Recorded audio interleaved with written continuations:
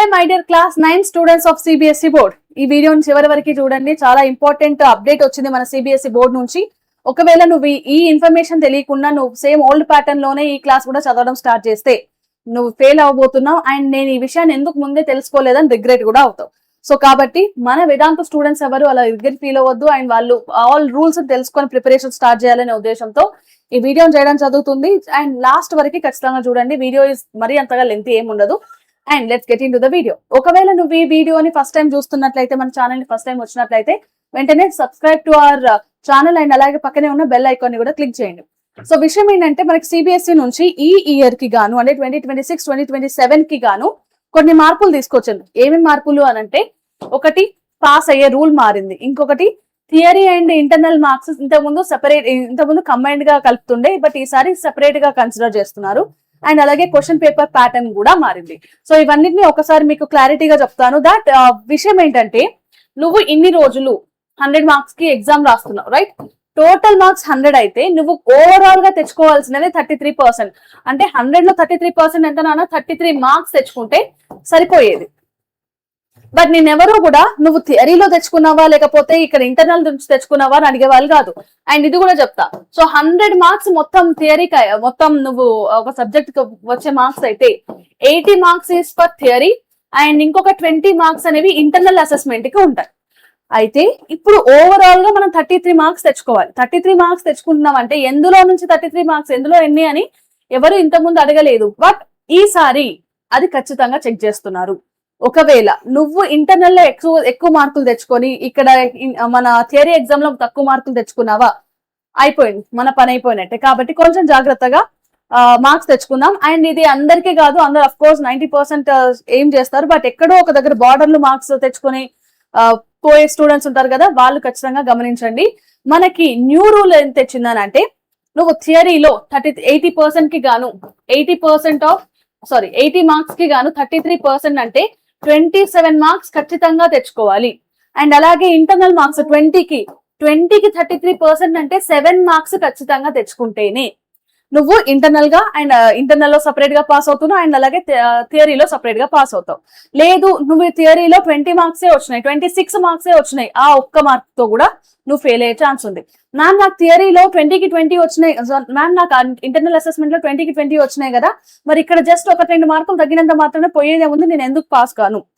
That is what మన కొత్త rule చెప్తుంది. ఇండివిజువల్ గా ఇప్పుడు నువ్వు థియరీలో పాస్ మార్క్స్ సపరేట్ గా తెచ్చుకోవాలి.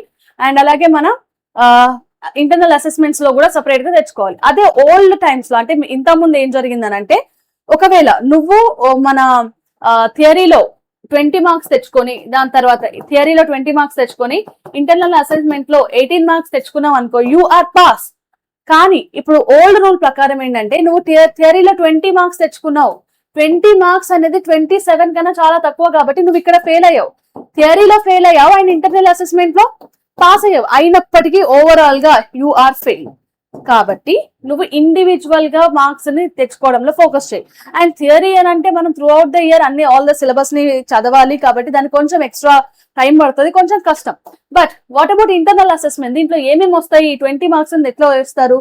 అటెండెన్స్, నీ 100% అసైన్మెంట్ ఉందా, అటెండెన్స్ ఉందా లేదా, అట్లీస్ట్ 80%, 85% కూడా కన్సిడర్ చేస్తారు. కాబట్టి డైలీ స్కూల్ కి వెళ్ళండి. Next note books and notes. Every subject కి ఒక నోట్స్ మెయింటైన్ చేస్తూ ఉంటారు. సో టీచర్స్ చెప్పిన టాస్క్లని చెప్పినట్టు ప్రతి టాపిక్ ని నీట్ గా అండ్ కంప్లీట్ గా మెయింటైన్ చేయండి. అండ్ కరెక్షన్ చేయించుకోవాలి. నోట్స్ ని పెండింగ్ పెట్టుకోవద్దు, కరెక్షన్ చేయించుకోవాలి. అండ్ దెన్ బిహేవియర్, క్లాస్ లో నువ్వు ఏదన్నా యాక్టివిటీ జరుగుతుంది, నువ్వు ఎంత బాగా పార్టిసిపేట్ చేస్తున్నావు, అండ్ నీ ఫ్రెండ్స్ తో క్లాస్ లో ఎలా ఉంటున్నావు, అండ్ క్లాస్ హార్మోనీని ఏమైనా పాడు చేస్తున్నావా లేదా, ఇలాంటి విషయాలు నువ్వు చెక్ చేస్తారు. దాంతో పాటు పీరియాడిక్ టెస్ట్లు, మనకి ఎవ్రీ మంత్ కి ఒక టెస్ట్, లేకపోతే ఎవ్రీ సబ్జెక్ట్ చాప్టర్ అయిపోయినా ఒక టెస్ట్ ఉంటుంది. సో అలాంటి క్లాస్ టెస్ట్లు, యూనిట్ టెస్ట్లు ఏమైనా ఉంటే నువ్వు అటెండ్ అవుతున్నావా లేదా, అండ్ వాటిలో నీకు ఎన్ని మార్క్స్ వస్తున్నాయి అనేవి చెక్ చేస్తారు. అండ్ దాంతో పాటు అకాడమిక్ పర్ఫార్మెన్స్, ఓవరాల్ గా నీ స్కోర్ ఎంత ఉంది, స్కూల్లో నువ్వు ఎంత బాగా పర్ఫార్మ్ చేస్తున్నావు అని ఉంటది. అండ్ వీటన్నిటిని కలిపి మనకి 20 మార్క్స్ కి యావరేజ్ తీస్తారు. ఈ యావరేజ్ లో మనకి 7 మార్క్స్ కన్నా తక్కువ వచ్చినాయి అని అంటే మనం ఇంటర్నల్ లో ఫెయిల్ అయినామంటే నువ్వు థియరీ రాయాల్సిన అవసరం కూడా లేదు. ఓకే, కాబట్టి ద ఈజియెస్ట్ ఈ 33 మార్క్స్ లో ద ఈజియెస్ట్ మార్క్స్ ఏవైనా ఉన్నాయంటే ఈ 20 మార్క్స్. సరే 33 మార్క్స్ కాదు, 7 మార్క్స్ కి సో ఎంత లేదన్నా 27 ప్లస్ 7 తెచ్చుకోవాలి కదా. ఈ 7 దగ్గర నువ్వు 20 మార్క్స్ తెచ్చుకునే ఛాన్సెస్ చాలా ఉన్నాయి.